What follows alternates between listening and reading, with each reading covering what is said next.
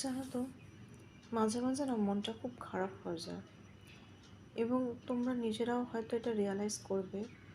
পরিবারে যদি কোনো প্রিয় মানুষ হারিয়ে যায় না, আমার বাবারা তো 4 ভাই ছিলেন, আমার বাবা আর 2 জ্যাঠা আর কাকা, এবং আমাদের একটা যৌথ পরিবার ছিল। আমরা সবাই একই বাড়িতে একসাথে বসবাস করতাম। বাড়িতে অনেক সমস্যা ছিল, সম্পত্তিগত ব্যাপার নিয়ে ঝামেলা ছিল বাবা কাকা জ্যাঠার মধ্যে, কিন্তু তবুও মানুষগুলো একই সঙ্গে থাকতো। ছোটোবেলাটা সবার সাথে একসাথে কেটেছে। বিয়ে হয়ে গেছে বহু বছর। বিয়ের পরপরই কয়েক বছর পরে বাবাকে হারিয়েছি। তাও ধরে নাও, বাবা মারা গেছেন আমার 10 থেকে 15 বছরের কাছাকাছি তো হয়েছেই।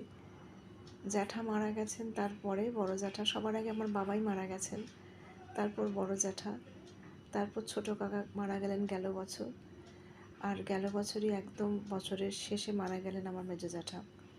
অর্থাৎ ভাইরা আর কেউই বেঁচে নেই।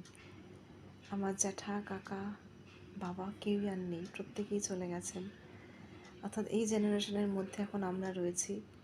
তাও এই জেনারেশনের মধ্যে আমার এক দিদি, সেও করোনাতে মারা গেছে। আমার এক দাদা, সে অসুস্থ হয়ে মারা গেছে। আমার একটাই পিসির একটাই ছেলে, সেও মারা গেছে, অ্যাক্সিডেন্টালি ডেথ হয়েছে তার। অর্থাৎ আমাদের এই জেনারেশনও এক এক করে চলে যেতে শুরু করেছে। আমরা আরও কয়েক ভাই বোন রয়ে গেছি। পিসিতে একটাই ছিলেন, পিসির ছেলে আর নেই। আর জ্যাঠা কাকার তরফ থেকে আমরা রয়ে গেছি আমি একা বাবার। আমার বড় জ্যাঠার এক ছেলে তো চলেই গেছেন, আরেক ছেলে আর এক মেয়ে আছে। এক ছেলে এক মেয়ে চলে গেছে। মেজো জ্যাঠার 2 ছেলে মেয়ে, এক ছেলে এক মেয়ে। ছোটো কাকার এক ছেলে এক মেয়ে। এক এক করে সময় আসবে, আমাদের প্রত্যেককেই চলে যেতে হবে। এটা স্বাভাবিক সবার ক্ষেত্রেই। কিন্তু আমি এইটুকু বলবো, আমরা যারা বেঁচে আছি তার প্রত্যেকটা দিন একজনের সাথে আরেকজন একটু ভালো ব্যবহার দিয়ে, ভালো যোগাযোগ রেখে সম্পর্ককে বাঁচিয়ে রাখতে পারি।